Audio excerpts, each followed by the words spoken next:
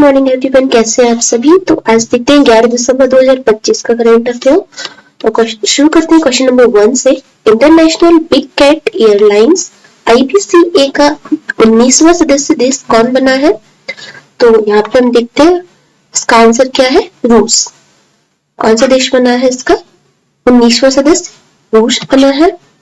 और बात करते हैं इंटरनेशनल बिग कैट एयरलाइंस की, तो भारत की ये वैश्विक पहल है, भारत ने शुरू किया है, जिसका उद्देश्य दुनिया की 7 बड़ी बिल्लियां इसके अंतर्गत आती है। कौन कौन सी आती हैं, जैसे शेर, बाघ, तेंदुआ, हिमतेंदुआ, चीता, जगुआर और प्यूमा। तो ये जो 7 बड़ी बिल्लियों की प्रजातियां हैं, ये इंटरनेशनल बिग कैट एयरलाइंस में बिग कैट के अंतर्गत आती है। यह संगठन 50 वर्षों की सदस्यता मॉडल पर काम करता है और भारत द्वारा 2023 में इसको लॉन्च किया था। और रूस के शामिल होने से IBCA की सदस्यता संख्या 19 देशों तक पहुंची है, जो वैश्विक स्तर पर संरक्षण प्रयासों को और मजबूत बनाती है। रूस में विशेष रूप से साइबेरियन टाइगर और स्नो लेपर्ड पाए जाते हैं, जिसके संरक्षण में सहयोग से दोनों देशों को लाभ होगा। अभी हम यहाँ पे देखते हैं कि इसमें कौन कौन से इसमें देश शामिल हैं, जो 19 देश है। देखिए ध्यान से सुनिएगा। इसमें अर्मेनिया, भूटान, कंबोडिया,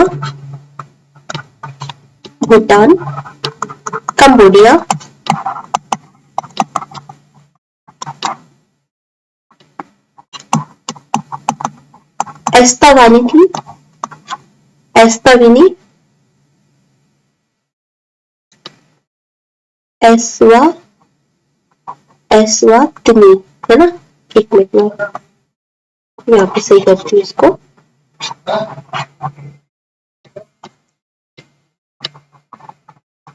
एस्वातिनी, ठीक है, एस्वातिनी, इथोपिया, गिनी, भारत, नेपाल, लाइबेरिया, निकारागुआ, रूस, सोमालिया और सूरीनाम,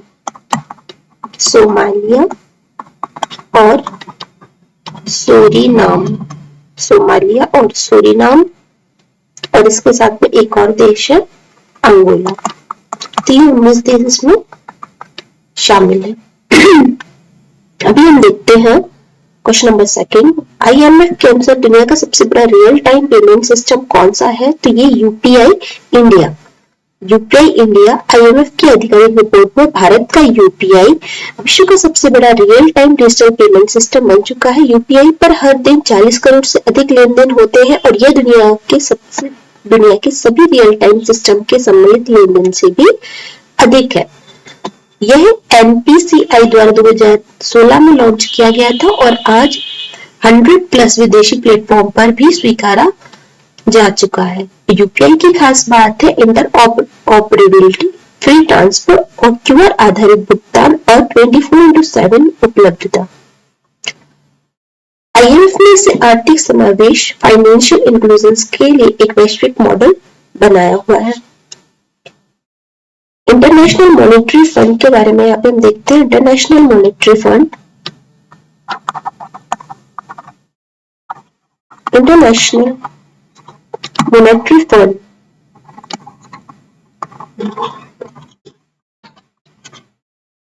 इसमें टोटल 190 कंट्रीज है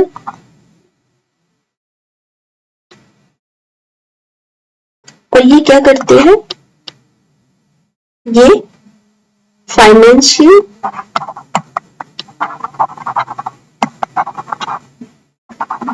सपोर्ट करते हैं ना।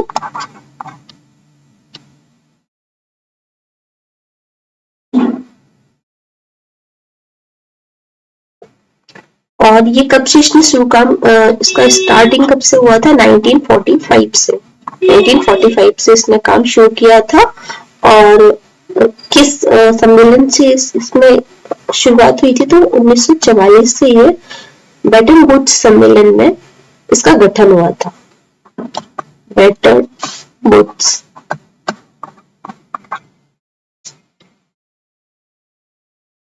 और अगर इसके हेडक्वार्टर की बात करते हैं, हेडक्वार्टर तो ये वॉशिंगटन डीसी में है ना, वॉशिंगटन डीसी यूएसए में। चलिए, यह आर्थिक संकटों के लिए वैश्विक ऋणदाता के रूप में काम करता है। ठीक है, अगर हम बात करते हैं क्वेश्चन नंबर 3 की, तो पेटा इंडिया का पर्सन ऑफ द ईयर 2025 किसे चुना गया है? तो ये रवीना टंडन को चुना गया है। और पेटा इंडिया में किस चीज के लिए उनको अवार्ड चुना है? तो peoples of the ethics treatment of animals 2025 का person of the year award Raveena Tandon को मिला है। उन्हें यह सम्मान पशु अधिकार, पर्यावरण संरक्षण, स्ट्रे एनिमल वेलफेयर और एंटी क्वेंट्री अभियानों में सक्रिय भूमिका के लिए दिया गया है। रवीना टंडन लंबे समय से पशु गोद, एडॉप्शन और अवैध पशु व्यापार के खिलाफ आवाज और पशुओं के लिए आश्रय स्थापित करने जैसे कार्यों में भी सक्रिय रही है। अगर हम इसकी बात करते हैं तो ये किसके द्वारा दिया जाता है, इसके बारे में देखते हैं।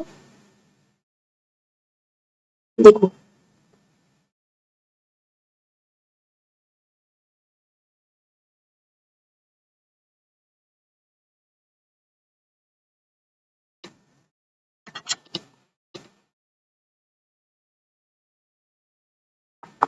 अगर हम पेटा की बात करते हैं तो इसकी स्थापना कब हुई थी? इसकी स्थापना हुई थी 1980 में।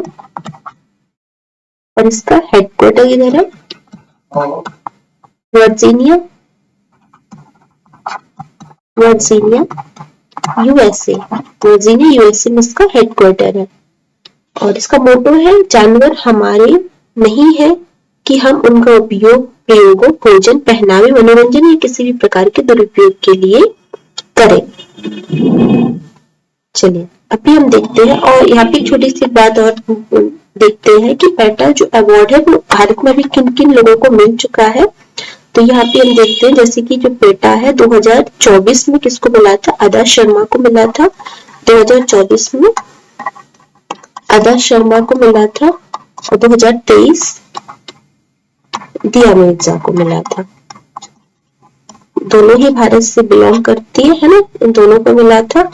2022 में सोनाक्षी सिन्हा को मिला।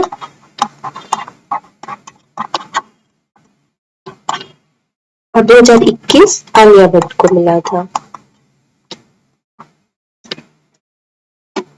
चलिए, अभी हम देखते हैं यहाँ पे क्वेश्चन नंबर 4। बच्चों के लिए सोशल मीडिया बैन करने वाला दुनिया का पहला देश कौन सा बन गया है? ऑस्ट्रेलिया बन गया है। और इसने 16 साल से कम उम्र के बच्चों पर यह प्रतिबंध लगाया है कि जो 16 साल से कम उम्र के बच्चे हैं वो सोशल मीडिया पर अपना अकाउंट नहीं बना सकते। और अभी हम बात करते हैं अगर कंपनी ऐसा करती है और कंपनियों इस नियम का उल्लंघन करती है तो उन्हें 300 करोड़ तक के जुर्माने का सामना करना पड़ सकता है ना। तो ये बहुत ही एक अच्छा कदम है और इससे सभी बड़े social media platform TikTok, Instagram, Snapchat, Facebook ये सभी शामिल है। और सभी मीडिया साइटों को चेतावनी दी गई है कि अगर वे ऐसा करते हैं तो वो फिर जुर्माने के लिए तैयार रहे। ठीक है, और यहाँ के जो प्रधानमंत्री है उन्होंने कहा है कि ये बच्चों को हानिकारक ऑनलाइन कंटेंट प्रोवाइड कराते हैं और जिससे उनकी मानसिक स्थिति पर प्रभाव पड़ता है। चलिए, अच्छा, वैसे नॉर्वे जो था तो नॉर्वे ने पहले ये लगाया हुआ था जिसमें नॉर्वे में बच्चों के लिए उम्र 13 वर्ष रखी गई थी, जिसे बढ़ाकर 15 वर्ष की गई। मतलब अभी शायद काम चल रहा है कि 15 वर्ष के पहले के बच्चे यूज नहीं कर सकते, लेकिन ऑस्ट्रेलिया में 16 साल तक के बच्चों के लिए किया गया। सबसे पहले नॉर्वे ने किया था 13 वर्ष तक के बच्चों के लिए। और अमेरिका में जो फ्लोरिडा राज्य है वहां पे भी 14 साल से छोटे बच्चों के लिए मीडिया अकाउंट खोलने पर बैन लगाया गया था, है ना। लेकिन इसका वो उन्होंने अभिव्यक्ति का उल्लंघन मानकर इस पर रोक लगा दी थी। चलिए, अभी हम देखते हैं क्वेश्चन नंबर 5। दीपावली को यूनेस्को की किस सूची में शामिल किया गया है? तो देखिए, जो यूनेस्को है, इसमें मानवता की अमूर्त सांस्कृतिक विरासत की एक सूची जारी होती है, जिसमें हर बार कहीं ना कहीं क्या फेस्टिवल्स को, जो वहाँ के बहुत ही फेमस फेस्टिवल्स होते हैं, जो वहाँ की धरोहर होती है, जो सांस्कृतिक रूप से जो फेस्टिवल एक बड़े समुदाय के द्वारा मनाए जाते हैं, उनको हम मानवता की अमूर्त सांस्कृतिक विरासत की सूची में उनको हम शामिल करते हैं। तो दिवाली को मानवता की अमूर्त सांस्कृतिक विरासत की सूची में शामिल किया गया है। यह दुनिया की उन परंपराओं को मान्यता देती है जो सांस्कृतिक पहचान, विरासत और सामाजिक एकता को मजबूत करती है। अगर हम यहाँ पे देखते हैं, किसके बारे में,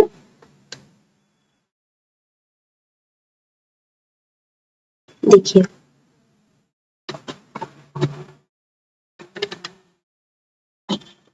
और इसमें भारत का कौन सा स्थान है, अगर हम यहाँ पे बात करते हैं भारत का स्थान, तो भारत का स्थान है 16वां। यह भारत का 16वां तत्व है जिसे मानवता की अमूर्त विरासत सूची में शामिल किया गया। किसको? दिवाली को, है ना। चलिए अभी हम देखते हैं क्वेश्चन नंबर 6। दक्षिण पूर्व एशियाई खेल गेम्स 2025 कहाँ शुरू हुए? तो ये जकार्ता, बैंकॉक, चोनपुरी और मनीला, ये शुरू है बैंकॉक एवं चोनपुरी में, है ना, ऑप्शन नंबर सी। तो औपचारिक इसका उद्घाटन 9 दिसंबर 2025 को थाईलैंड के बैंकॉक और चोनपुरी प्रांतों में हुआ और ये दक्षिण पूर्व एशिया के 11 देशों के बीच आयोजित होने वाला सबसे बड़ा बहुखेल आयोजन। इसमें टोटल कितने देश होते हैं, इसमें ध्यान दीजिएगा, इसमें टोटल 11 कंट्रीज होती है। थाईलैंड कई बार सी गेम्स की मेजबानी कर चुका है और इसकी खेल अवसंरचना दुनिया में सर्वश्रेष्ठ मानी जाती है। ठीक है, और ये कहाँ पे आयोजित हो रहा है? इसका थाईलैंड में हो रहा है।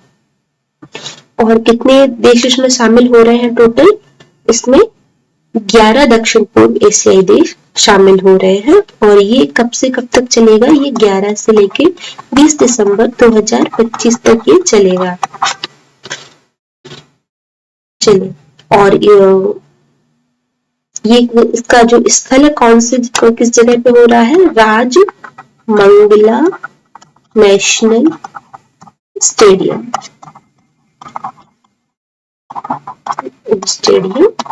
बैंकॉक। चलिए, और इसमें टोटल कितनी गेम्स इसमें होने वाले हैं? इसमें 50 से प्लस स्पर्धाएं होने वाली है, 50 से प्लस स्पर्धाएं होने वाली है, जहां पे 13,000 प्लस एथलीट भाग लेंगे। चलिए अब हम देखते हैं क्वेश्चन नंबर 7। अंतरराष्ट्रीय भ्रष्टाचार निरोध दिवस कब मनाया गया? ये 9 दिसंबर को मनाया गया। 9 दिसंबर को पूरे विश्व में इंटरनेशनल एंटी करप्शन डे मनाया जाता है और ये किसने मनाने का इसने घोषणा किसने की थी? इसकी संयुक्त राष्ट्र महासभा ने की हुई थी। ठीक है, यूएन कन्वेंशन अगेंस्ट करप्शन को मनाया गया था, ये 2003 में इसकी घोषणा हुई थी। इसका उद्देश्य लोगों, सरकारों और संगठनों को भ्रष्टाचार विरोधी प्रयासों में शामिल करना या पारदर्शिता, नैतिक शासन, जवाबदेही और भ्रष्टाचार मुक्त समाज के निर्माण पर जोर देता है। भारत में भी इस दिन जागरूकता अभियान, सेमिनार और ई गवर्नेंस कार्यक्रम चलाए जाते हैं। और करप्शन डे, ध्यान रखना करप्शन डे कब मनाया जाता है? हम 9 दिसंबर को करप्शन डे मनाते हैं। चलिए, और अगर हम इसकी बात करते हैं तो जो करप्शन डे है वो कब हम मनाते हैं? 9 तारीख को। और किसके द्वारा हम इसको मनाते हैं, मतलब कौन मनाता है इसको? United Nations. यूनाइटेड नेशंस में कितने देश आते हैं टोटल? 190, 190 देश। ठीक, 9 दिसंबर को इसको हम मनाते हैं। अभी हम बात करते हैं यहाँ पे क्वेश्चन नंबर 9-8 की। तो मानवाधिकार दिवस किस दिन मनाया जाता है? ये मनाते हैं 10 दिसंबर को मानवाधिकार दिवस मनाते हैं, ह्यूमन राइट्स डे, और इसको भी संयुक्त राष्ट्र महासभा द्वारा ही मनाया जाता है। और देखिए, मानव इतिहास की सबसे बड़ी महत्वपूर्ण घोषणाओं में से एक इसमें उसमें जीवन का अधिकार, समानता, अभिव्यक्ति की स्वतंत्रता, शिक्षा, न्याय, सुरक्षा जैसे 30 मूल अधिकार शामिल है।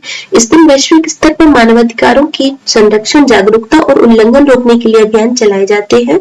भारत में राष्ट्रीय मानवाधिकार आयोग द्वारा कई कार्यक्रम आयोजित किए जाते हैं। अगर हम यहाँ पे बात करते हैं मानवाधिकार दिवस के बारे में, तो यहाँ पे हम लिखते हैं मानवाधिकार दिवस को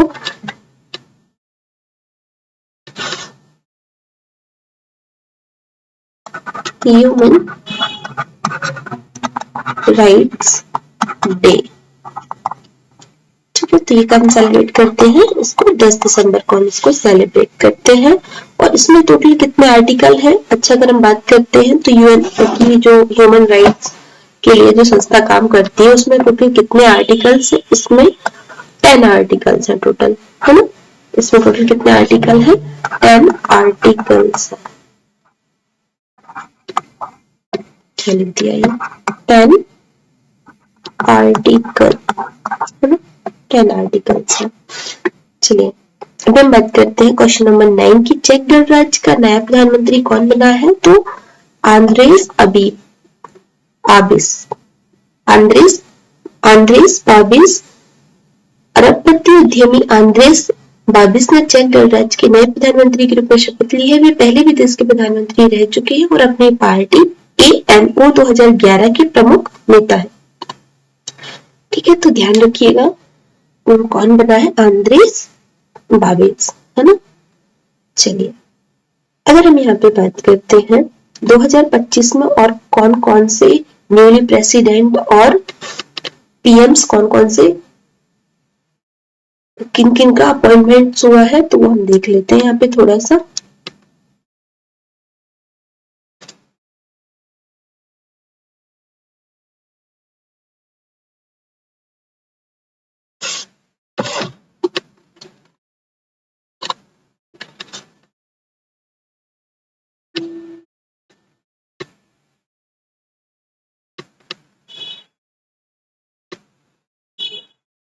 जैसे कि जोन महामा, ये कहा, ये घाना में, घाना के क्या बने हैं? ये प्रेसिडेंट बने हैं। ठीक है, और ड्यूमा बोको, ये कहा? बोत्सवाना के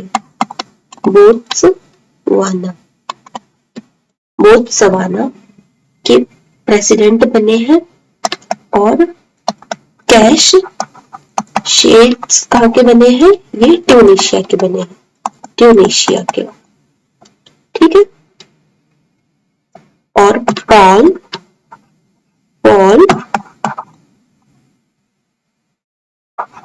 कैगन, ये कहाँ के बने हैं? रवांडा के प्रेसिडेंट बने हैं। और आजली कोसोमैनी कहाँ के बने हैं? ये कोमोरस के बने हैं, है ना। क्या हो गया ये? कोमोरोस के बने हैं। ठीक है, चलिए अभी हम बात करते हैं व्लादिमीर पुतिन, रशिया, है ना, ये भी 2025 में बने हुए थे।